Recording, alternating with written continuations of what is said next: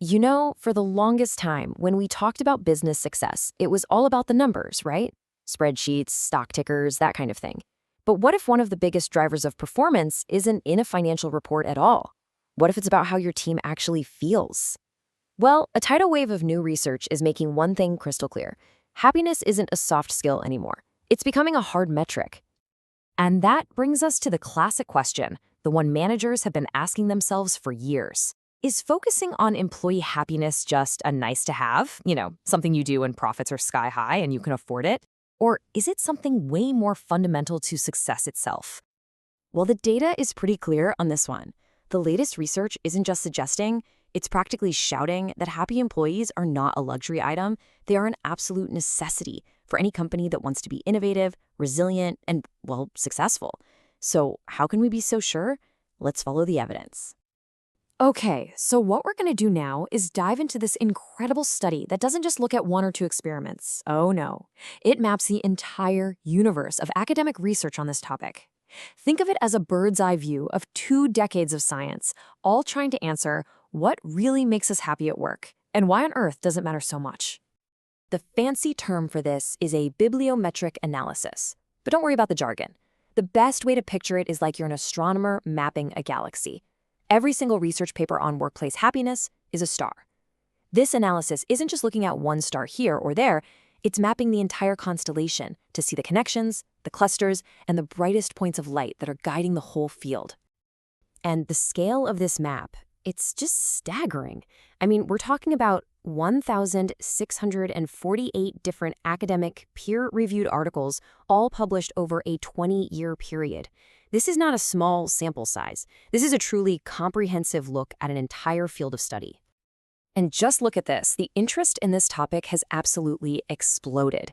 In the early 2000s, this was a pretty niche field, only about 82 papers in 5 years. But jump to the last few years, and that number skyrockets to 856. So what happened? What was the catalyst for this massive shift? Well, a huge part of it was the COVID-19 pandemic, which basically forced a global rethink of what work, life, and well-being are all about. So, with thousands of papers out there, who's actually driving this conversation? I mean, where are all these ideas coming from? This kind of analysis is amazing because it lets us pinpoint the exact journals, authors, and even the countries that are the real powerhouses in happiness research. And where this conversation is happening is really, really interesting. The #1 spot goes to the Journal of Economic Behavior and Organization. Now, this tells you something huge. Happiness isn't just a feel-good topic for psychologists anymore. It's being treated as a core part of economic and business strategy. These journals are where the big, foundational ideas are being hashed out. But out of all those thousands of papers, there's one that's basically the superstar. This 2007 article by Youssef is the single most cited piece of research in the entire field. It was pioneering. It was the first to really connect ideas like hope, optimism, and resilience directly to how a company functions. And it ended up shaping almost 20 years of research that came after it. And hey, look at this. This isn't just a conversation happening in the West anymore. While the USA is still leading in the sheer volume of research, you can see this is becoming a truly global phenomenon. Countries like China and India are making huge contributions to our understanding of well-being in the workplace. But here's the really crucial part. It's not just that there's more research, it's that the research itself has completely changed. What we even meant by happiness at work back in 2004 is totally different from how we see it today. You can see the evolution right here on the screen. The early research was all about the individual, job satisfaction, performance, leadership. But look at the shift recently. The conversation has zoomed way out. The focus now is on big picture ideas like holistic well-being, corporate social responsibility, which is really a company's commitment to making a positive impact, and organizational justice, which is all about fairness and trust.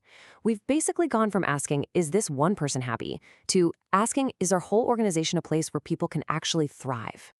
Okay, that's the research. We've mapped the galaxy and seen how the stars have shifted. So what? What does this actually mean for you, for anyone leading a team, for any company trying to succeed today? How do we turn all these academic ideas into a real-world strategy? What this research is really telling us is that there's a new playbook for managers. It's not just about hitting targets anymore. It's about actively fostering well-being, maybe by helping to reduce financial stress. It's about making sure the workplace is fair, transparent, and just. And it's about connecting the work people do every day to a bigger purpose. It's about taking care of the whole person. And here's the bottom line. When you do this stuff, the payoff is massive. The data from all those studies is crystal clear. Happy employees aren't just coasting along.